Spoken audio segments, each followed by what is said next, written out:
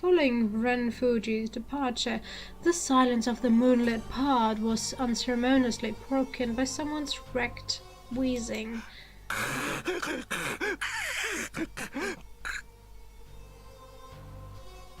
Okay.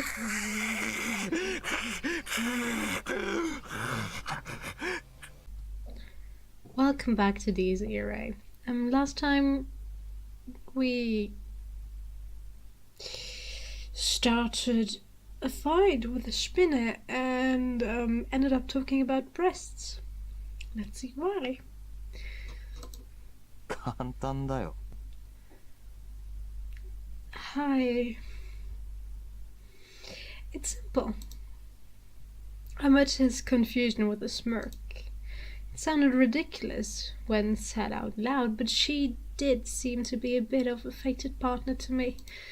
I mean, I even remembered such a minuscule trait of hers. 俺は胸にほくろがある女がいいんだよ。ってわけで、この連中と心中する気もあんたと手を組むつもりもない。I like girls with moles on their breasts. With that said, I don't intend to share the same fate as those girls, nor do I plan to ever join you. 女の趣味が全然合わないみたいだしな。 Oops. Besides, it doesn't look like our tastes in women match up at all. Now was the time to show him what Renfuji was made of.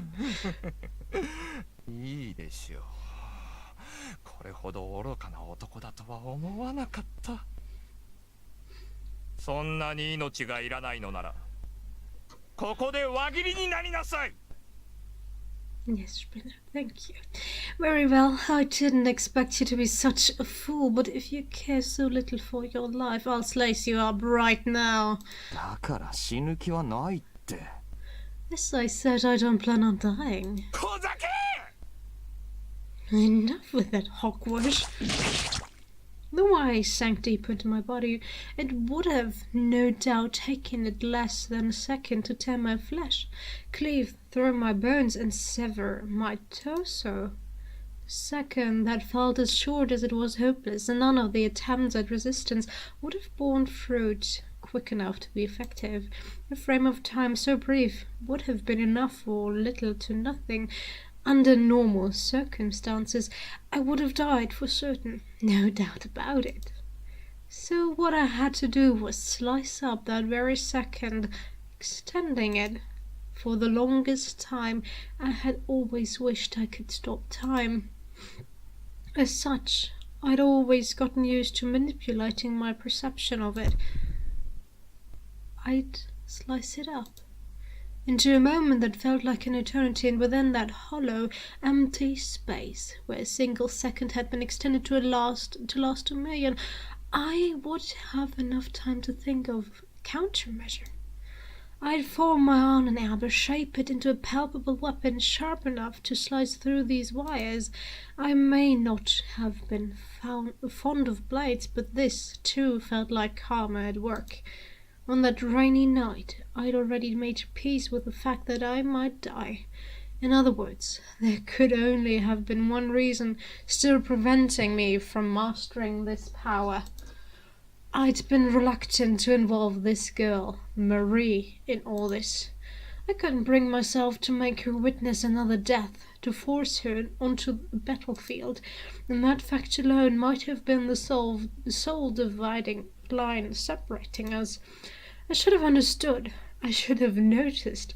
She had severed my head on countless occasions. She was a guillotine, an instrument to carry out executions. Her sole purpose was to decapitate, to kill. Her only effective means of communication converged upon the singular act of beheading. Then, within the confines of a moment frozen in time, I plunged down into the deepest recesses of my ego, attempting to converse with my Ahnenerbe, with Marie. Can I truly wield you? Will you permit me to lift you out of there? I am not much of a heartthrob, nor have I grown used to dealing with girls, so being at my side probably won't be too fascinating an experience. Even now, I'm about to claim you for my own, to stain your innocent soul with the blood of others. Despite that, could you still forgive me? Will you still accept me as your partner? Marie, please, answer me. My innermost desire to spare you the gruesome side of death hasn't changed in the slightest. But right now, I really do need your power.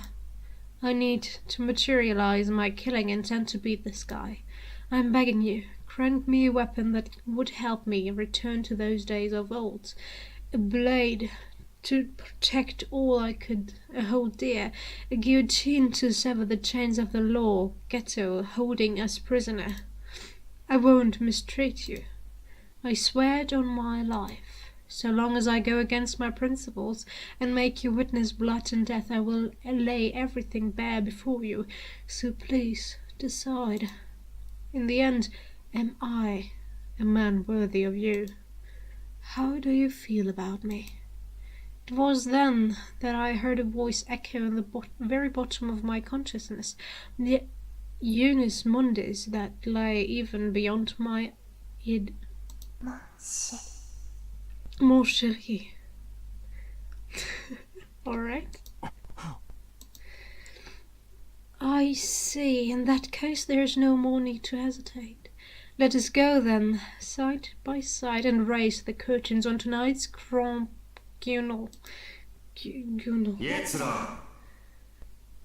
formation. Yetzira. Verweile doch, du bist so schön. Hold your time, for thou art fair. And with that, my arm welcomed the guillotine. Dun, dun, dun. Yetzira. Formation.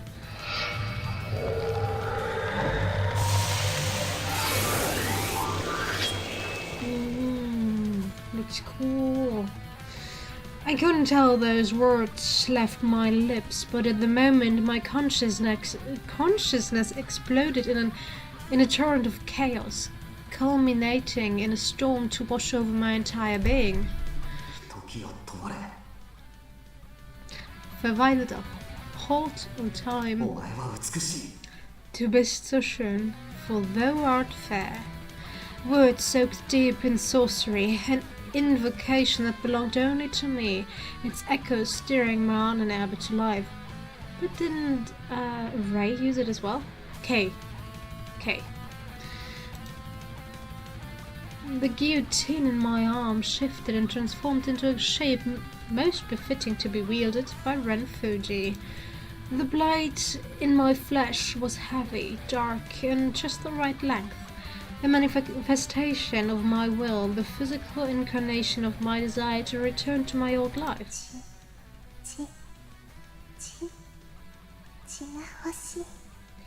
Blood, it wants blood. The refrain that once shook the execution platform rang in my ears again, the same way it did upon that twilight beach. A lust for blood so clear, so pure, so innocent and beautiful possessed no equal under the heavens.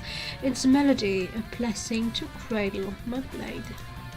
Let us sing and fight, survive and dance together. Shower the guillotine with drink.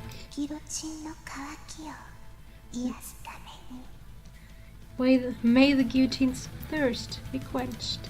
Together we would feed it the blood it craved. The decapitation scar etched into my neck stood as undeniable proof of our joint vow. I would continue to devour soul after soul till there wasn't a single one of these bastards left standing. Thanks, Spinner. The steel wires tying me up had been severed to tiny pieces upon my invocation of Yetzira.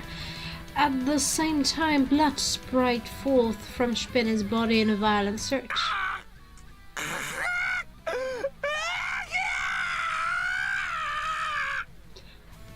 I see you're feeling good, Spinner.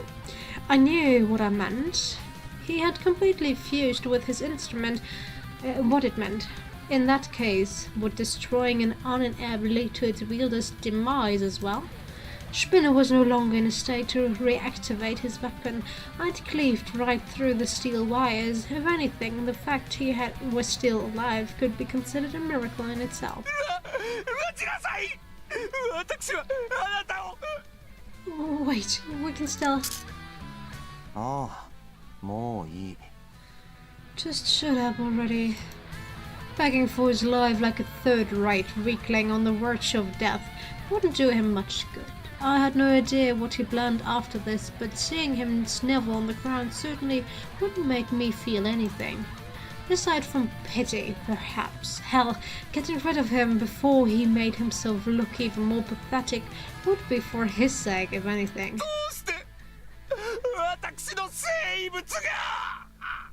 How was my Abe? Hell if I knew it was rather fragile for something he bragged about being utterly indestructible, but if I had to answer his question...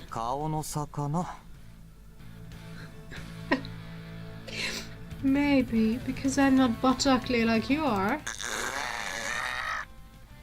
Right down, Spinner.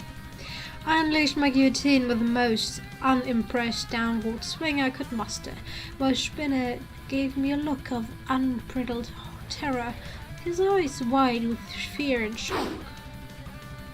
Still, I owed him some modicum of gratitude. If it wasn't for Spinner, I would never have mastered formation. Yeah, that's why he was put in charge of teaching you. If Sakurai was to be believed, I had built up enough strength to match up to those bastards' levels. This would be the end of the road for Spinner, and soon enough I'd send his comrades along to keep him company in the afterlife. End of chapter? No. And with that, Spinner's Ahnenerbe vanished with its master's defeat, as did the corpses of the lives it claimed. So this was what it meant to have one's soul devoured. The moment the usurper perished, all his accumulated souls would disperse along with him. I spent a short while in silence to honor the memory of the strangers who perished here tonight and may have been indirectly responsible for their deaths. I avenged them, but that alone wouldn't bring any of them back to life. And most important of all,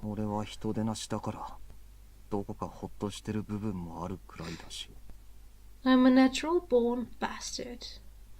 I actually feel relieved by this.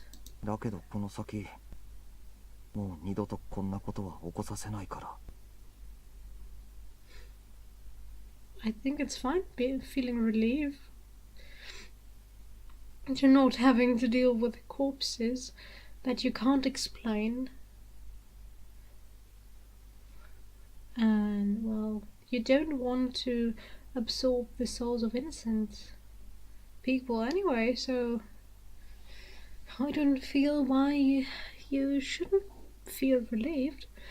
But from now on, I won't let something like this happen ever again. There was no one around to respond to my soliloquy.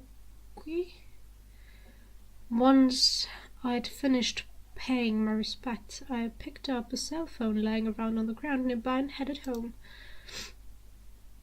But things didn't seem to add up. Why would a guy like Spinner go through all that trouble to kidnap someone who looked like Casimir, not to say Casimir herself? Assuming he worked under someone's orders, could it have been the will of that divine vessel guy? And if that was the case, then why? For what purpose? Find the music again. Spinner, you're still alive? Following Ren Fuji's departure, the silence of the moonlit pod was unceremoniously broken by someone's wrecked wheezing.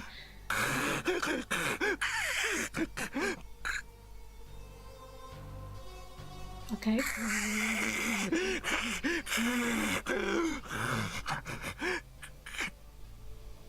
Can you just die? God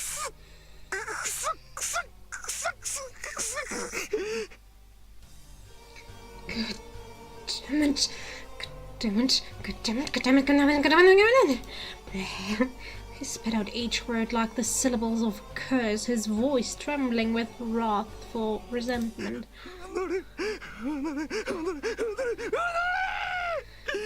Damn you, damn you, damn you, damn you, damn you!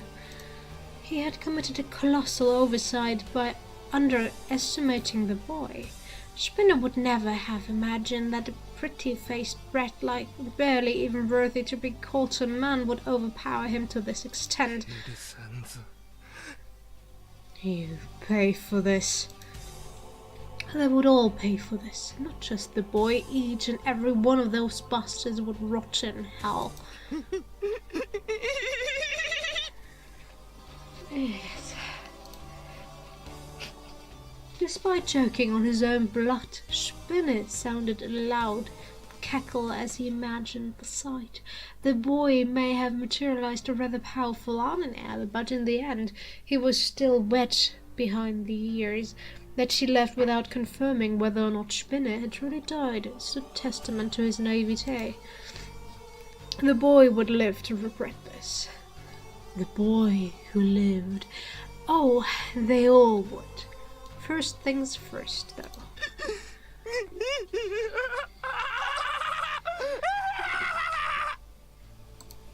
Spinner cackled on, still raving in a pool of his own blood.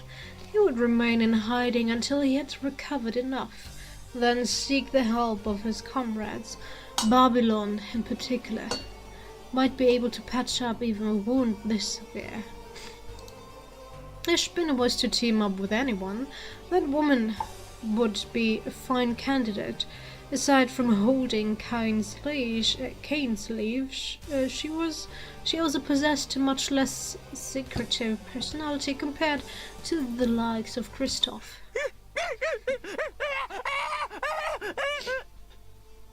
You're sounding more and more like an ape. Spinner could no longer contain his laughter. Having decided on what to do next, he had no more use for the pact with that. Yare yare. また随分と無様ですね。Hi, Christoph. Good grief. This is quite a sorry state you have found yourself in. もう少し面白い戦いになるかと思ったのですが、所詮器が違うということですか。まったく本当に情けない。I was expecting a fight might more interesting than that, but I suppose the difference in your abilities was simply too great. Do excuse me the expression, but you truly are pathetic. The divine vessel, what brought him here? The priest looked down at Spinner's writhing body with his trademark smile, yet the one he produced now lacked even a single ounce of warmth. あなたはそれほどまでにハイドリ秘境が恐ろしいのですか、シュピーネ。Were you truly that frightened of Lord Heydrich, Spinner? 何、ごまかすことはありません。別にあなただけでなく、私も含めた全員が思っていることでしょう。あの方が恐ろしいなどということは。Come now, I have not lied to you in the matter. You are not alone in this. Everyone, myself included, feels more or less the same about him. とはいえ、違いがあるとすれば、恐怖の形。美観の問題でしょうかね。私もベイもマレウスも、カインもバビロンも、レオンハルトも、怖いからといって逃げようなどとは思わない。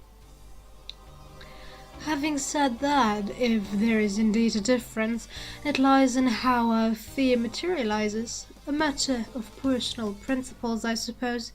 Bay, Marius, Cain, Babylon, Leonhardt, and myself had not attempted to flee, despite our fear of him. 私は聖戦を指揮する身です。故に戦士でない者にかける情けを持ちません。I am in the position to conduct this crusade. Therefore, I have no pity for those who are not soldiers. あなたは哀れで情けない。実に滑稽極まりますよ。黒煙卓の第10位はどうやら腐っていたようですね。You are pathetic and pitiful, truly and utterly laughable. It would appear that the seat of number X10 has fallen into wretched depravity. まあ、そんなあなただからこそ役に立つこともあったわけなのですが。Did anyone proofread this? Seriously. Still, I would be lying if I said that very nature of yours has not proven useful in a way. Each word the smiling priest uttered was enough. Another droplet of potent venom, descending upon Spinner like the veil of a dark blessing. After reverently making the sign of the cross, the priest brought down the blade of judgment upon his dying comrade. せめてその汚れた魂、浄化し、有効利用して差し上げましょう。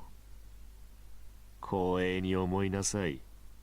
私がハイドリヒ教だったなら、あなたは食われているところです。Wow, I totally did not pay attention to the time.